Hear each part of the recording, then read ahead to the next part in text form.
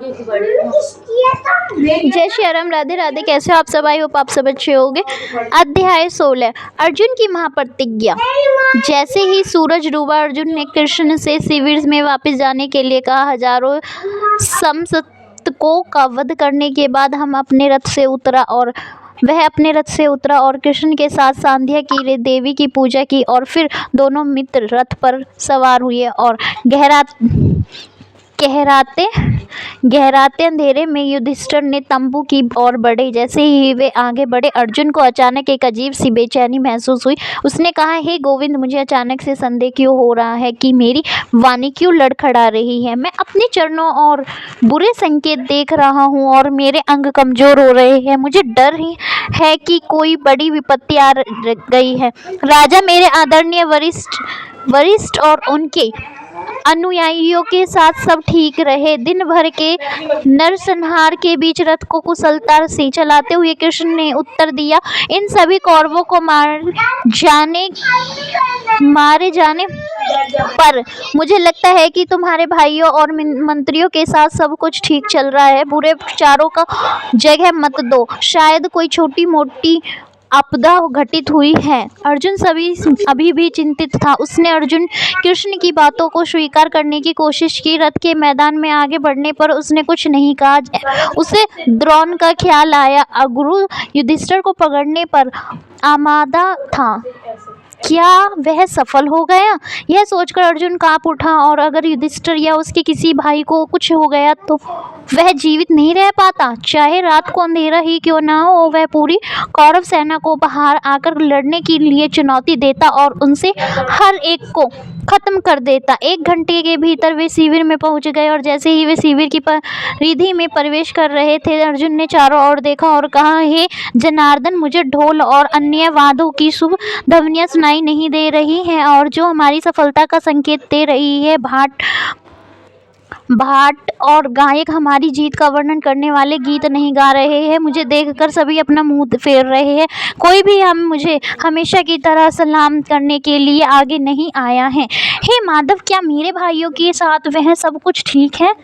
इन लोगों को इतना स्पष्ट रूप से परेशान देखकर मेरा मन व्याकुल हो गया है। क्या द्रौपद ठीक है? क्या विराट राजा पर कोई विपत्ति आई है? हे अविनाशी यश वाले हमारे योद्धाओं को क्या हो गया है? तब अर्जुन को सच्चाई पर संदेह होने लगा। अभिमन्यु हमेशा शिविर में लौटने पर उसका स्वागत करता था, लेकिन आज लड़के को कोई पता नहीं था। वापस लौटते समय उसने अपने कुछ सैनिकों से पूछा था कि द्रोण ने चक्रव्यूह की रचना की है। वह जानता था कि मैदान में केवल 2 ही योद्धा और जो इसे भेद कर सकते हैं, अभिमन्यु और वह स्वयं। रात से तंबू में पहुंचकर अर्जुन घोड़े से उतरा और कृष्ण को साथ लेकर अंदर गया। अंदर जाते ही उसने देखा कि उसके भाई उदास चेहरे से एक साथ बैठे हैं। अर्जुन के अंदर जाते ही किसी ने कुछ नहीं कहा। वे उनकी नज़र नहीं पकड़ पाए और असहजता से अपनी सीट पर हिलने लगे।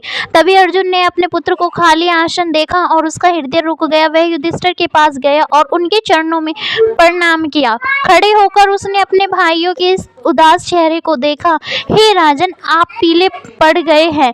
मैं यह भी देख रहा हूँ कि अभिमन्यु यहाँ नहीं है और ना ही कोई मेरा स्वागत कर रहा है। मैंने सुना है कि आज कौरवों ने चक्रव्यूह की रचना की है और अभिमन्यु के अलावा मेरी अनुपस्थिति में कोई भी उस रचना का भेद नहीं कर सकता था, लेकिन वह मेरे पुत्र को उस भयंकर अवस्था में प्रवेश करने के लिए कहा था। क्या वह भयंकर धनुधर शत्रु वीरों का संहारक शत्रुओं की पंक्तियों में घुसकर और हजारों को मारकर स्वयं मृत्यु के भवन में चला गया है? अर्जुन रोने लगा। घुटनों के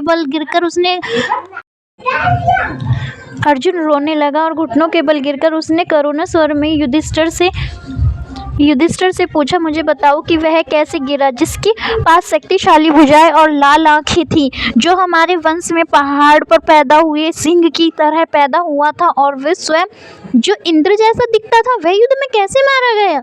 अर्जुन ने युधिष्ठिर की आंखों में आंसू देखे और उसकी आंखों भर गई। अब उसे एहसास हुआ कि जिस बात का उसे सबसे ज्यादा डर था वह सच ही था। युधिष्ठिर की चुप्पी ने इसकी पुष्टि की और गहरी सांस लेते हुए अर्जुन ने अपने मन को नियंत्रित करने की कोशिश की। उसका सिर घुटनों पर गिर गया और वह रो पड़ा और कुछ मिनटों के बाद उसने ऊपर देखा और टूटी हुई आवाज में बोलना जारी रखा। बुरी नियति से प्रेरित होकर कौन में मूर्ख योद्धाओं ने मेरे बेटे को मारने का साहस किया।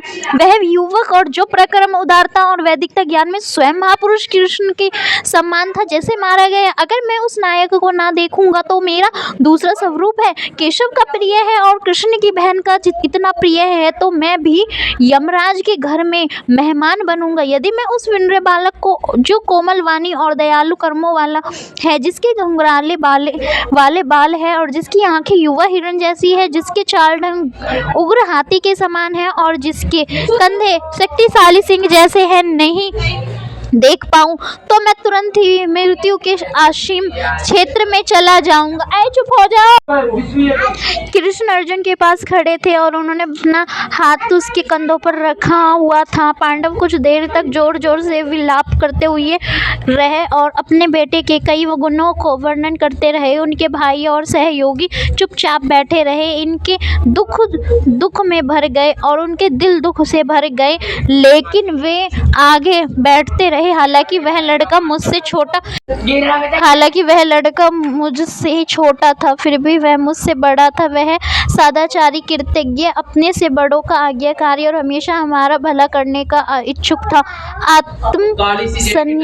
हमेशा हमारा भला करने का इच्छुक था। सत्य, संयम, पाप सहित वह केवल धर्म परायण और सत्य के मार्ग पर चलता था। वह अपने सभी कर्मों में ईश्वर की सेवा के प्रति वफादार और समर्पित था। युद्ध में वह कभी भी पहले हमला नहीं करता था, ना ही वह किसी असहाय दुश्मन पर हमला करता था। वह अपने दुश्मनों के लिए आतंक और अपने दोस्तों के लिए आश्रय था। ऐसा लड़का कैसे मारा गया? अर्जुन बार बार अपने पुत्र को नाम पुकारते हुए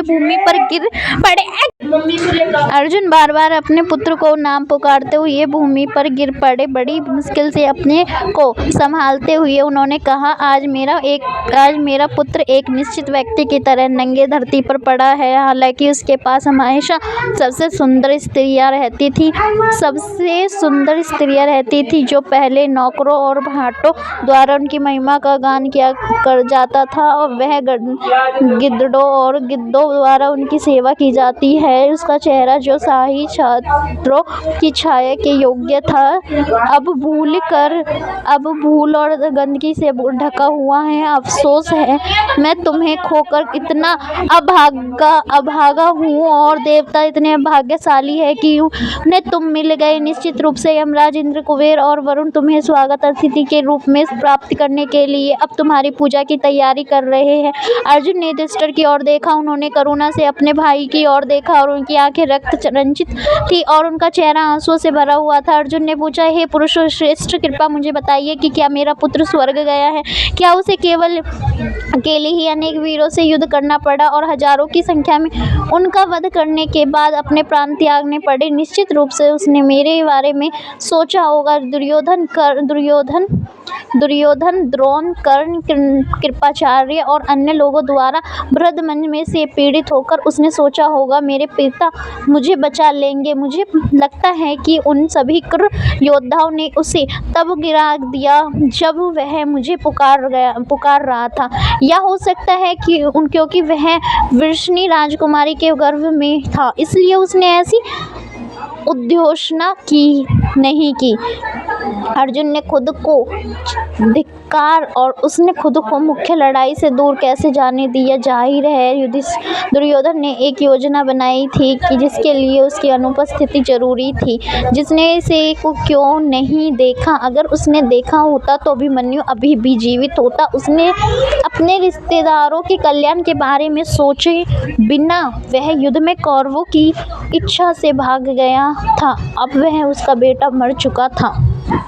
अर्जुन ने चिल्लाते हुए कहा, निसंदेह मेरा हृदय पत्थर का बना है जो टुकड़ों में नहीं टूट सकता। सुभद्रा और द्रौपदी का विलाप सुनकर यह अवश्य ही टुकड़े टुकड़े हो जाएंगे। मैं उन भद्र महिलाओं में से क्या कहूँगा, क्या मैं उन्हें कैसे बताऊँ कि अभिमन्यु अब अपने ही रक्त में लथपथ होकर ठंडी भूमि पर लेटा हुआ है। मैं उनकी पवित्रता और सुंदरता पत्नी उत्तरा से क्या कहूँगा। कौरव केवल एक तब तक ही आनंद माना जा सकते हैं जब तक कि मैं अयोध्या से वापस नहीं आता। मेरे पुत्र का वध करने के कारण उन्हें भी वैसा ही शौक मनाना पड़ेगा जैसा मैं अभी मना रहा हूँ। अर्जुन ने कृष्ण की ओर रुख किया और हे माधव, आपने मुझे आज जो कुछ हो रहा था वह क्यों नहीं बताया। तब मैं निश्चित रूप से कौरवों को तुरंत जला देते। वे मेरे अनुपस्थिति रहते ही ऐसे कोमल बालक पर अपने घातक वानों का निशान कैसे साध सकते थे। मुझे नहीं लगता कि उन दुष्ट लोगों के बीच उस कोई राक्षस मिला होगा। हे कृष्ण, आप ऐसा कैसे होने दे सकते हैं। कृष्ण ने अपने मित्र को शांत शब्दों में सांत्वना दी। तुम शोक में मत पड़ो, यह उन वीरों को अवश्य भावी अंत है जो कभी पीछे हटने के लिए बारे में नहीं सोचते। वेदों के जानने वालों ने कहा कि वह उस क्षत्रिय के लिए सर्वोच्च सबसे वांछनीय लक्ष्य है जो अपना कर्तव्य जानता है। वीर हमेशा ऐसे अंत की कामना करते हैं। एक योद्धा के लिए शत्रु का सामना करते हुए युद्ध में मारे जाने से बेहतर कोई मृत्यु नहीं है। निसंदेह अभिमन्यु उन क्षेत्रों में चला गया है जहाँ केवल सबसे पवित्र पुरुष ही पहुँच सकते हैं। शोक मत करो क्योंकि तुम अपने भाइयों और अनुयायियों को देख में डूबो रहे हो। तुम सब कुछ जानते हो और इस समय अपने सब जनों को सांत्वना देना तुम्हारा कर्तव्य है। अपने आप को संभालो और इस दुख को दूर भगाओ। अर्जुन धीरे से युधिष्ठिर की ओर मुड़े। हे पृथ्वी के स्वामी, मुझे ठीक ठीक बताइए कि मेरे कमल नेत्र वाले पुत्र का वध कैसे हुआ। उनकी आवाज़ ठंडी हो गई थी। उनका दुख तीव्र क्रोध में बदल गया था और उसने हमारे दुष्ट शत्रुओं से कैसे युद्ध किया। मैं उन सभी को अपने हाथियों, रथों और घोड़ों सहित भस्म कर दूंगा। हे भाई, तुमने ऐसा क्यों नहीं किया जब तुम भीम, जुड़वा भाई और इतने सारे अन्य वीर मौजूद थे। तो मेरे पुत्र का वध कैसे हुआ।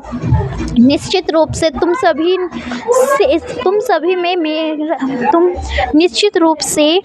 सभी में कोई प्रकर्म नहीं है। तुम्हारी आंखों के सामने मेरे पुत्र को मार दिया गया। अर्जुन ने अपने बेटे की खाली सीट को देखा। अभिमन्यु की मौत के लिए किसी को दोषी ठहराने से क्या फायदा।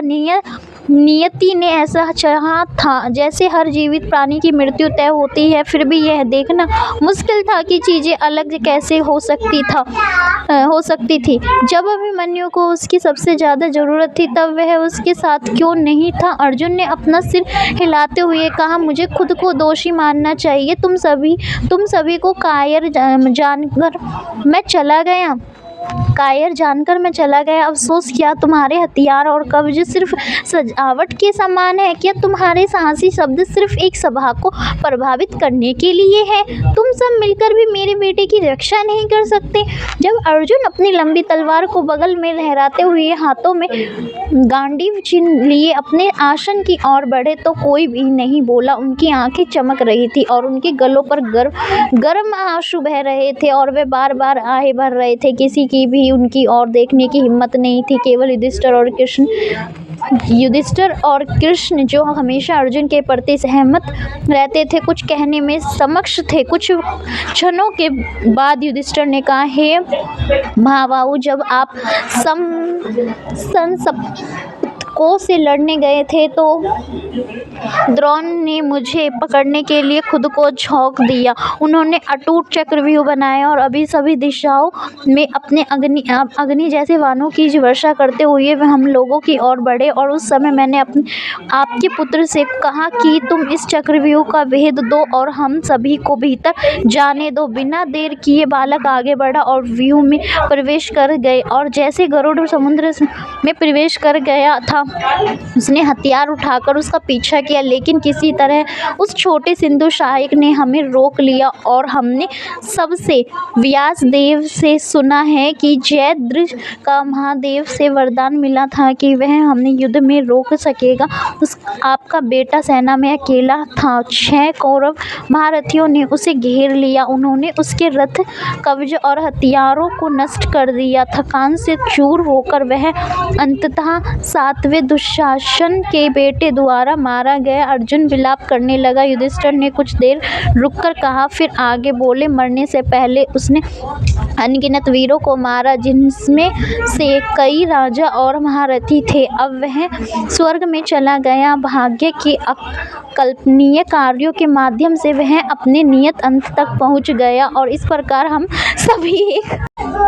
हे मेरे पुत्र, कहते हुए अर्जुन भूमि पर लौट गया। सभी एक दूसरे को खाली आंखों में देख रहे थे। अर्जुन ने दुख व्यक्त करने पर वे कुछ नहीं बोले। धीरे धीरे उसने अपने आप को संभाला और अपने पैरों पर खड़ा हो गया। बुखार में कांपते हुए और अपने हाथों को मरोड़ते हुए वह क्रोध में भरी हुई धीमी नियंत्रित आवाज में बोला, मैं यह सच कहता हूँ, कल मैं जयद्रथ का वध कर दूंगा। यदि वह वास्तव में अपने जीवन के भय से दुर्योधन को नहीं छोड़ता, यदि वह युद्ध में रहता और कृष्णिया की आपकी शरण नहीं लेता, हे राजन, मैं कल मर जाएगा।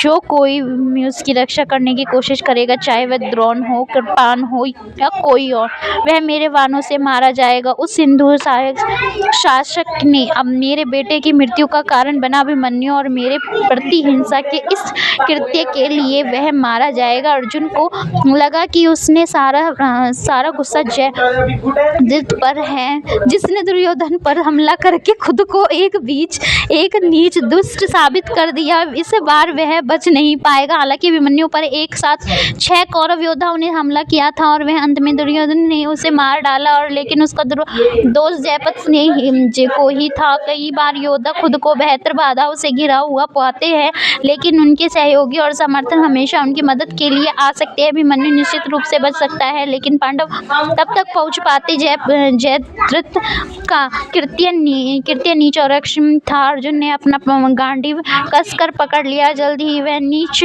सिंधु शासक को पांडवों के प्रति अपनी घृणा का परिणाम भुगतना पड़ेगा। अपने भाइयों और सहयोगियों की ओर देखते हुए अर्जुन ने आगे कहा, अगर मैं कल इस दुष्ट को नहीं मारूंगा तो मैं कभी भी धर्मात्माओं के लिए बने लोगों को प्राप्त नहीं कर पाऊंगा। उनकी वजह उसे नरकों में जाना चाहिए, जहां वे लोग जाते हैं जो अपनी माताओं का बलात्कार करते हैं, तो जो दुर्भावनापूर्ण कृत्य कंजूस होते हैं, उसे उन अंधेरी दुनियाओं में जाना चाहिए। वह बलात्कारी, ब्राह्मणों के हत्यारे, विश्वासघाती, दूसरों की पत्नियों को बहकाने वाले, मेहमानों के प्रति निर्दयी और दूसरों को धोखा देने वाले लोग रहते हैं। अगर मैं कल जयद्रथ को नहीं मारूंगा तो मेरा यही अंत होगा। अर्जुन की आवाज में धरती कांप उठी। अब मेरी एक और प्रतिज्ञा सुनो, अगर मैं कल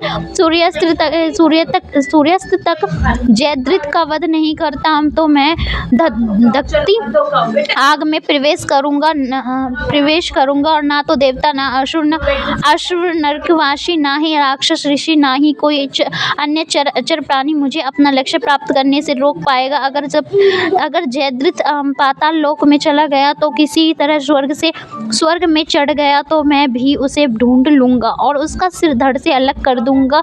जब यह बारात बीत जाएगी तो अभिमन्यु का शत्रु जहां भी जाएगा मुझे उसकी मृत्यु के रूप में दिखेगा।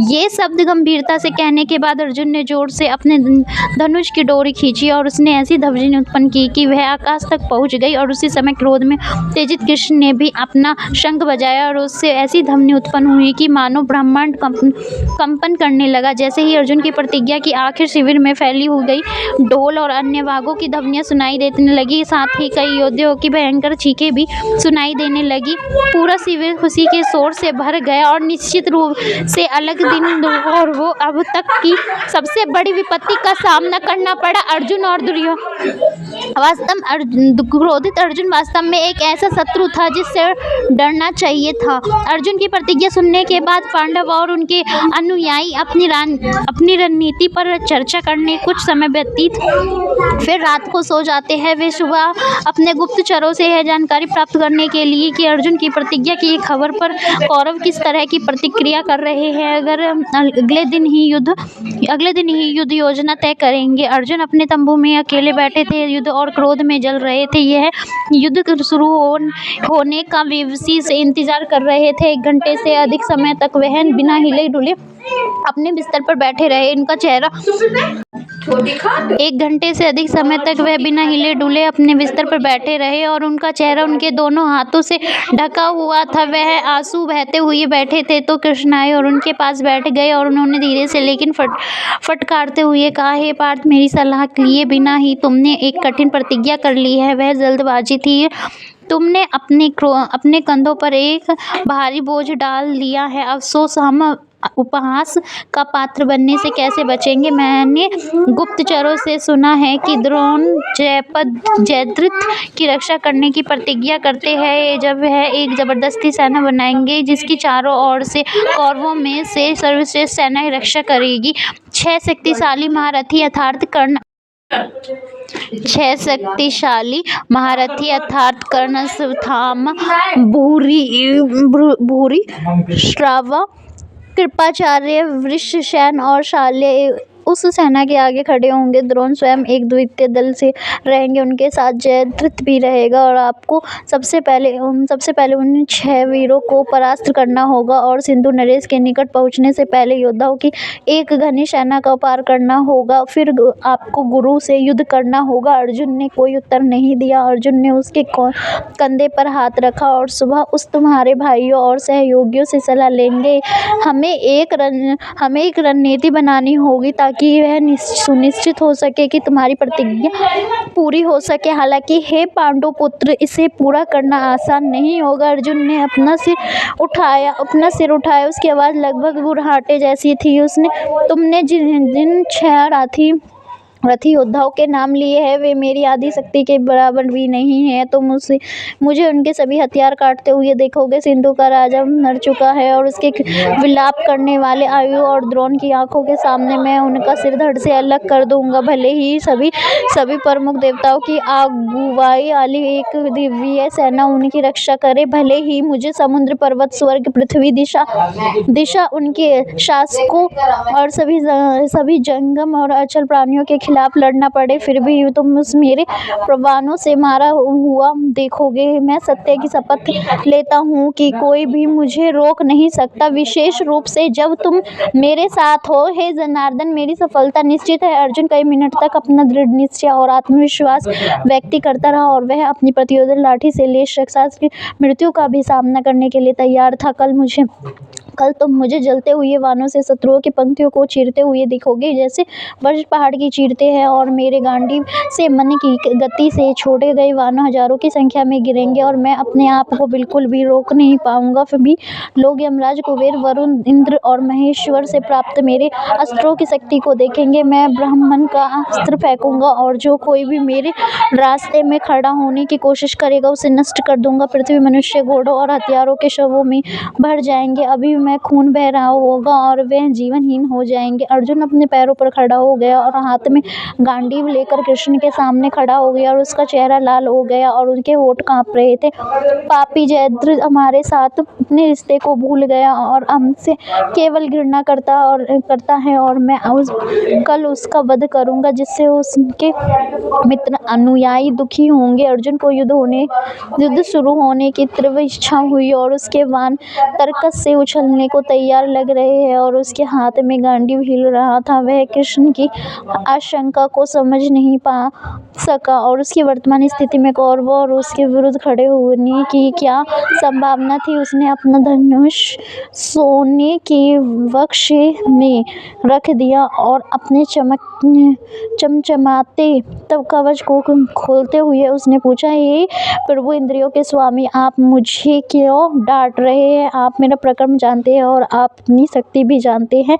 जब हम साथ हैं तो हम क्या हासिल नहीं कर सकते। ज़ैरत की गिनती युद्ध से पहले ही मारे गए लोगों की जा सकती है। मैं अटल प्रतिज्ञा वाला अर्जुन हूँ और आप नारायण हैं। सत्य ब्राह्मणों में निवास करता है, धर्मपरायण लोगों में वृद्धि देखी जाती है, समृद्धि युद्ध में शामिल होती है और विजय हे केशव हमेशा आपके पास होती है। जब वह रात्रि बीत जाती है तब मेरा रथ की तैयार कर दीजिए और उसमें सभी अस्त्र शस्त्र भर दीजिए। एक महान कार्य हाथ में है। अर्जुन और कृष्ण एक साथ बैठे हैं, क्रोधित नागों की तरह सांस ले रहे हैं। युद्ध में ग्रस्त अर्जुन को आराम करने में असमर्थता महसूस हुई।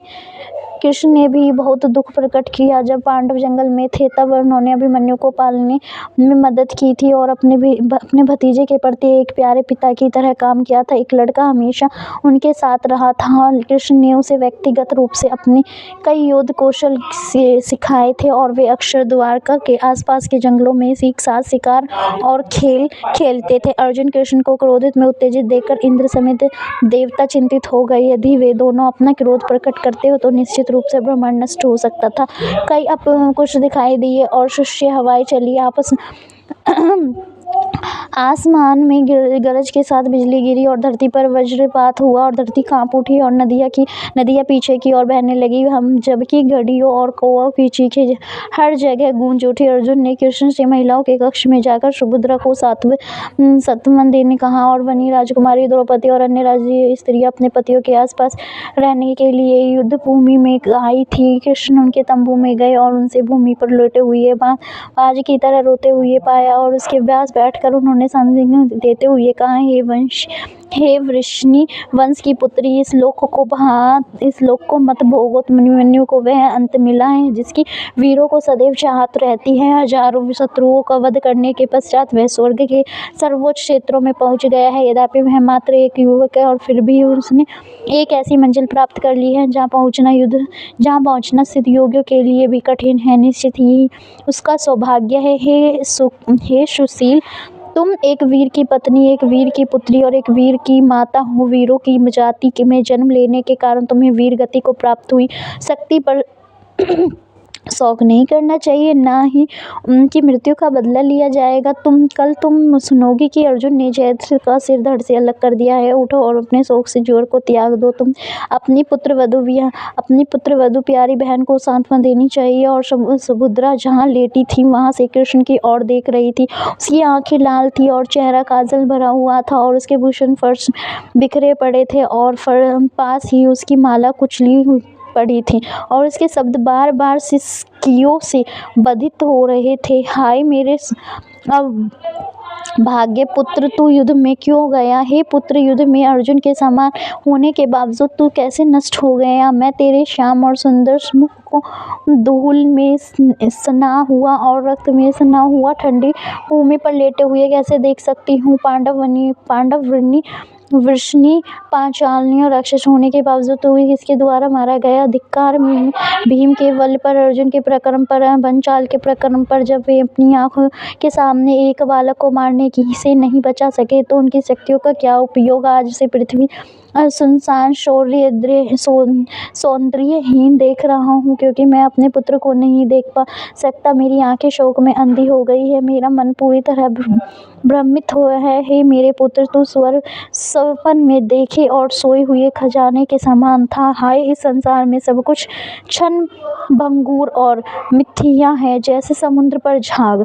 कृष्ण चुप रहे जबकि उनकी बहन ने अपना दुख प्रकट किया। वह अपने तंबू के फर्श को ढूंढने वाले महंगे कालीन पर इधर उधर करवटें बदल रही थी और उनके रेशम वस्त्र अस्त व्यस्त थे और उनके काले बाल खुले और बिखरे हुए थे। अपनी छाती पीटते हुए सुभद्रा ने अपने मारे हुए बेटे को पुकारा, हे मेरे बच्चे, मैं उत्तरा को कैसे बसतवा दूंगी? दुख में अभिभूत वह बछड़े से रहित गाय की तरह है। निश्चित रूप से भाग्य के तरीके रहस्यमय है क्योंकि भले ही तुम्हारे केशव थे, फिर भी तुम न दुष्ट पुरुषों द्वारा मारे गए हो। हे प्यारे बेटे, तुम इस लक्ष्य को प्राप्त करो जो केवल उस सबसे पवित्र पुरुषों द्वारा प्राप्त किया जाता है। वह लक्ष्य को कठोर व्रत रखने वाले को प्राप्त होता है, जो आत्म संयमित, विनम्र, सत्यवादी, दानशील और कर्तव्य के प्रति समर्पित होते हैं। उन क्षेत्रों में चढ़ो जो उन पुरुषों के हैं जो वफादार और